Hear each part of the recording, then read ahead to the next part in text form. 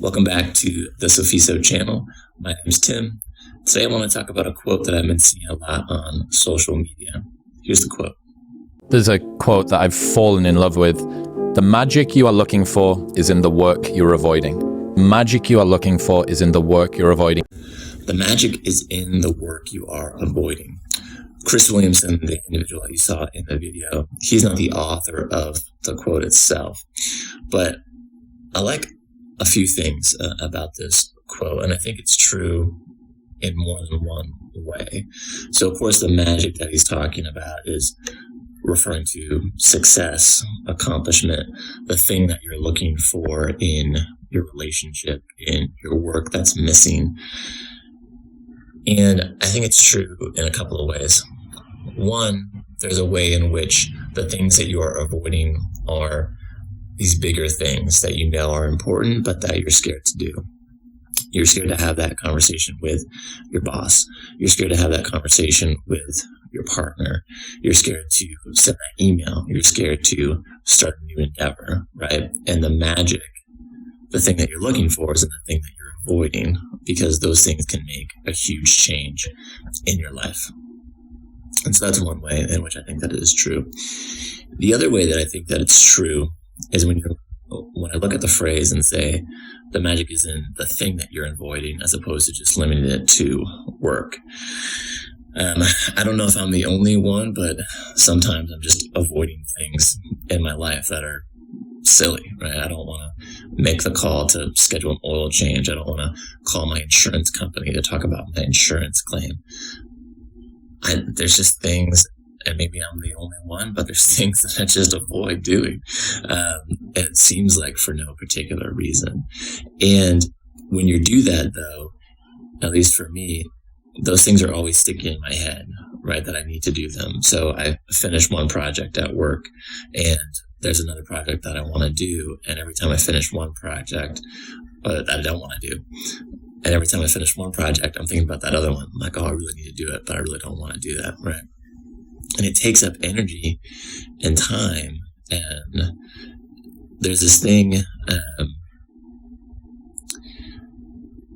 your brain is kind of like a computer, or at least a computer is kind of like your brain, and that you have short-term memory and long-term memory, of course, right? And there's only a certain number of things that you can keep in your head at one time, right? And I think it's like 3. And so, and I guess anecdotally, right, examples of this, for me, I go to the grocery store. I know I have 4 things to get from the grocery store. Okay. I don't remember all the 4 things necessarily. I have to think about them consciously to think about them. But immediately, right, in the forefront of my brain is I need 4 things, right? And then it's happened to me so many times. I go to the store, I pick up something I wasn't planning to pick up. Now I have 4 things, and I think I have 4 things. I'm good to go. And I forget one of the things that I was supposed to get. Okay. I guess another example of it is, say you're at work and your partner calls you and says, hey, I need you to pick up XYZ on the way home, right? Immediately after that call, you're thinking to yourself, okay, I got to pick it up. I got to pick it up. I got to pick it up. And then your boss comes in and talks to you before you leave work. And because of that conversation, now immediately you're thinking about the things that you need to do to accomplish whatever your boss told you to do. Okay. And then on the way home, you don't pick up the thing because you forgot it, because you can only keep a certain number of things in your head at the same time, like immediately in the forefront of your brain. And if something new comes in, it pushes the other thing out. Right. And so when you're avoiding something, but you keep it in the forefront of your brain, it's taking up space, it's taking up energy. And so I think one of the reasons why this phrase can be true is that the magic is that when you take care of those things that you're avoiding, it frees up the space in your brain to do all the other things that you need to do, right? And so one of the things that I want to talk about is, okay, this is great, right? This phrase is great, but how do I stop avoiding the things that I'm avoiding, right? How do I make the magic happen? How do I do the things that I'm avoiding if that's where the magic lies? So what do we do, right? Do we just rely on watching Shia LaBeouf yelling at us to say, just do it? Do it!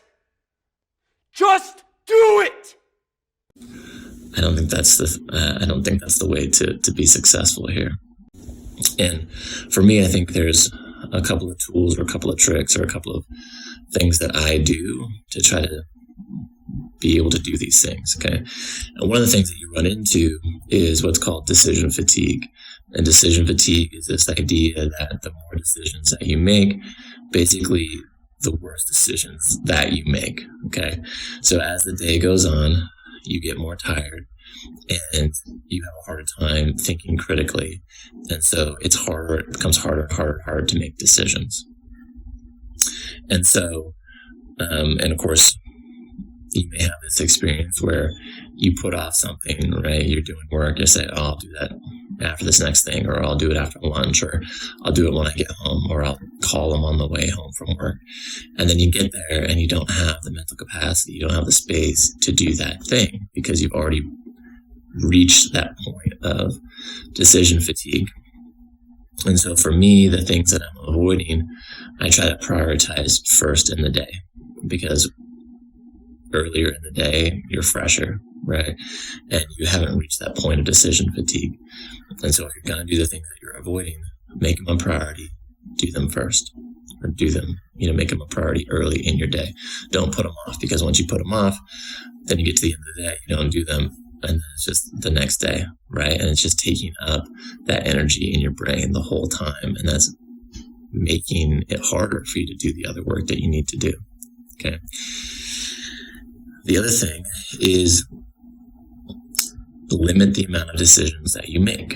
So if decision fatigue happens because of all these decisions that you make, if you make less decisions, then you make better decisions with the decisions that you have to make, okay? Steve Jobs kind of infamously always wore the same outfit every day because he didn't have to think about what he was wearing in the morning. He didn't have to make that decision, right? And there's easy things that you can do so that you start the day fresh and you don't have to make so many decisions. So pick out your clothes in the nighttime, right? Make a decision as to what you're going to have for breakfast in the morning. Make a decision as to what you're going to listen to on the way to work. I know all these things seem small, but those decisions that you're making, they count against other decisions that you're going to make.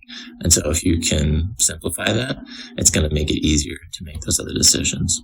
And then lastly, what I would say is stay off social media as much as possible. So for me, I'm on social media, and I'm on social media a decent amount. But what I do is I try to delay the time of the day that I first get on social media for as long as possible.